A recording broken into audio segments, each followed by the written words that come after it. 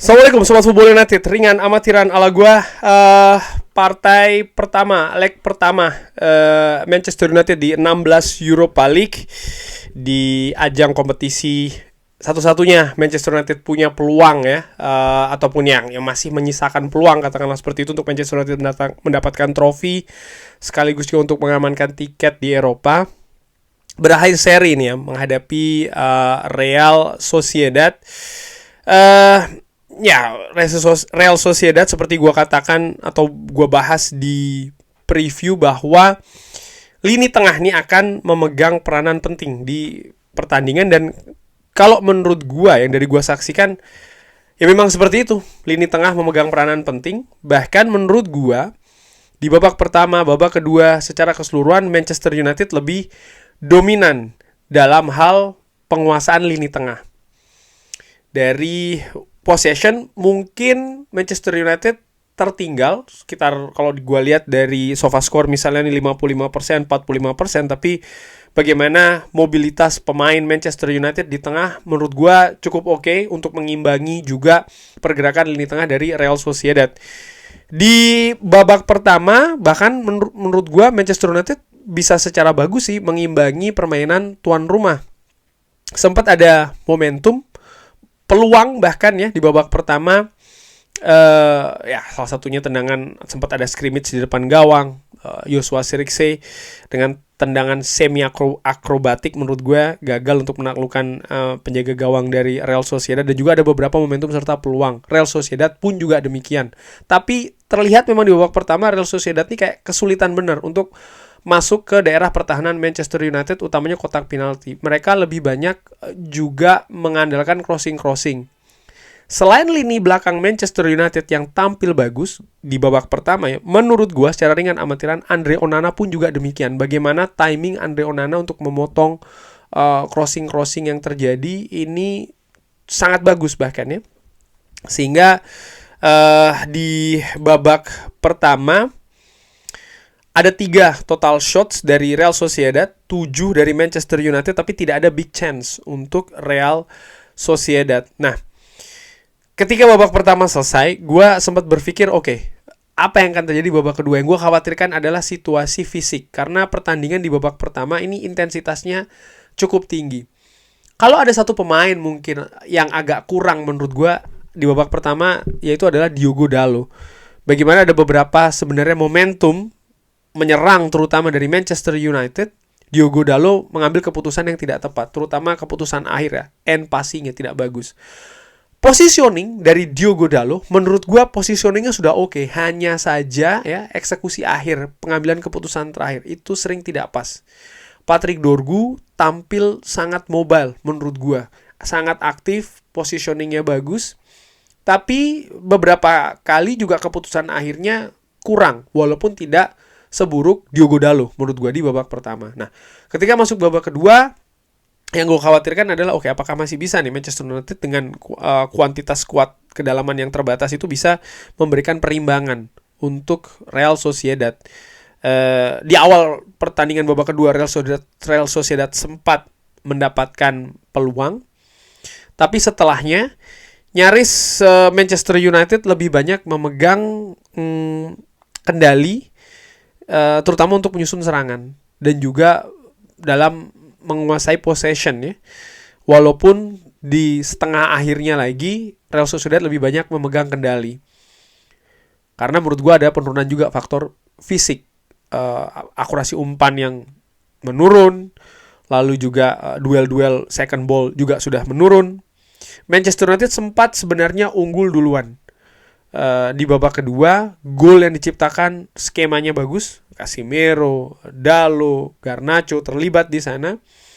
Lalu finishing yang excellent dari Joshua Zirkzee, juga ada pergerakan tanpa bola yang bagus dari Rasmus Højlund yang membuka ruangan ya. Eksekusinya pun juga excellent dari Zirkzee.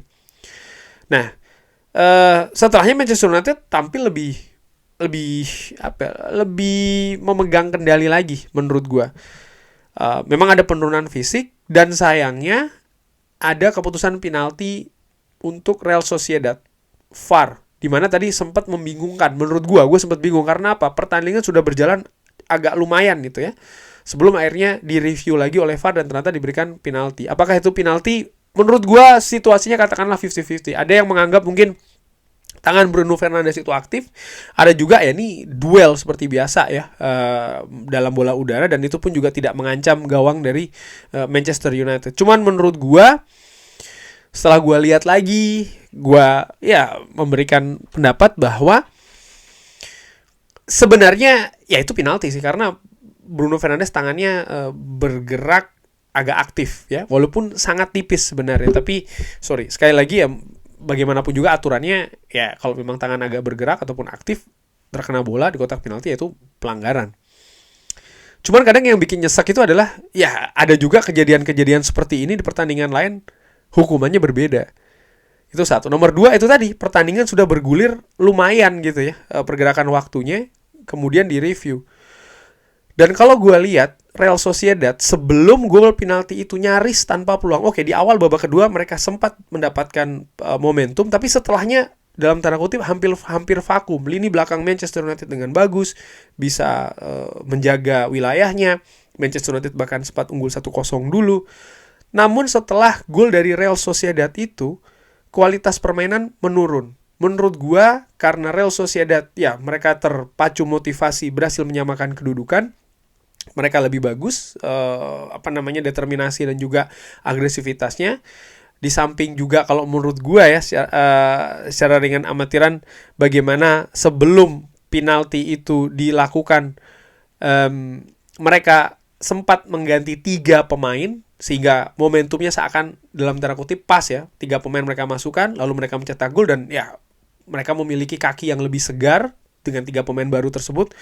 Dan agresivitas mereka, determinasi mereka lebih bagus lagi. Mereka lebih banyak memenangkan duel. Manchester United di sisi lain konsentrasi, mungkin juga karena situasi fisik gitu ya, menurun. Akurasi umpannya, banyak situasi yang umpan-umpan yang nggak pas lagi, yang tidak akurat, sehingga akhirnya justru Real Sociedad yang perlahan mendapatkan momentum, bahkan peluang. Tadi cukup banyak menurut gua kejadian yang mengancam gawang dari Andre Onana. Ada save dari Andre Onana, ada juga tackling luar biasa dari Matthijs de Ligt yang sempat terjatuh dulu tapi masih melakukan pergerakan. Ada juga beberapa shooting dari pemain Real Sociedad yang tidak tepat sasaran padahal peluangnya juga sangat bagus. Sementara Manchester United ya tidak seperti di awal babak kedua ataupun juga di beberapa periode babak pertama, mereka justru tidak lagi mengancam ya, karena feeling gue, asumsi gue bisa jadi salah, tapi ada situasi fisik yang menurun. Sempat dimasukkan Christian Eriksen, Toby Collier, Victor Lindelof, tapi tidak begitu banyak merubah keadaan di atas lapangan. Ya mungkin ada beberapa aksi dari Toby Collier secara individu iya, tapi pemain yang lain menurut gue hampir secara kolektif mengalami penurunan situasi fisik, dan ya mereka tidak lagi akhirnya mengancam gawang Real Sociedad. Secara keseluruhan, kalau dilihat dari modal di leg pertama, ya ini bukan sesuatu yang buruk, bisa menahan seri tuan rumah. Artinya ya Manchester United punya peluang di Old Trafford untuk dalam tanda kutip menuntaskan ini ya. Walaupun tentu saja nanti akan dilihat juga apakah situasi skuadnya, bagaimana kondisinya, dan lain-lain. Itu dari sisi hasil. Cuman kalau melihat dari keadaan di atas lapangan, gua secara ringan amatiran, ini seri yang mengesalkan. Kenapa? Manchester United sampai dengan Real Sociedad mendapatkan penalti, menurut gua, yang bisa jadi gua tidak sesuai dengan pendapat Sobat Football United, nggak masalah sih ya, tapi menurut gua Manchester United tampil oke. Sebagai tim yang tandang, sebagai tim yang yang memiliki kedalaman skuad tidak cukup oke ya, tidak cukup dalam.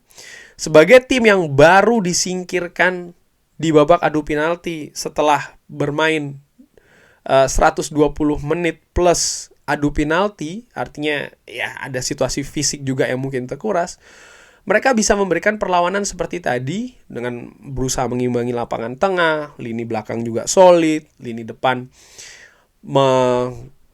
create ataupun menciptakan peluang-peluang juga ya. Secara keseluruhan Manchester United ini ada 13 total shots ke gawang Real Sociedad dan memaksa 3 kali kiper Real Sociedad untuk melakukan penyelamatan ya. Manchester United ya sempat unggul dulu. Cuman sayang sih lepas karena penalti yang menurut gua secara ringan amatiran kontroversial. Ya apakah kalau seandainya tidak ada penalti Manchester United bisa jadi menang? Ya nggak tahu juga karena namanya sepak bola dinamika bisa saja berganti-ganti ya. Toh Real Sociedad juga beberapa kali mendapatkan peluang. Cuman kalau gua lihat lagi dari situasi pertandingan tadi, peluang-peluang yang didapatkan oleh Real Sociedad itu kebanyakan diperoleh setelah mereka mendapatkan penalti. Jadi memang ada dalam tanda kutip ada ya mereka semacam kayak mendapatkan booster dengan momentum penalti tadi itu yang mereka bisa eksekusi dengan bagus. Kurang lebih itu tadi ya. Sayang sekali Manchester United gagal menang. Tapi bagaimana menurut Sobat Football United? Optimis Manchester United bisa melaju ke babak selanjutnya, artinya bisa menuntaskan ini di leg kedua di Old Trafford, atau seperti apa? Apakah ada pendapat lain terkait dengan situasi tadi di atas lapangan? Seperti biasa silakan drop di kolom komen. Terima kasih sudah menyaksikan. Jangan lupa like, share, dan juga subscribe. Assalamualaikum warahmatullahi wabarakatuh. Thank you.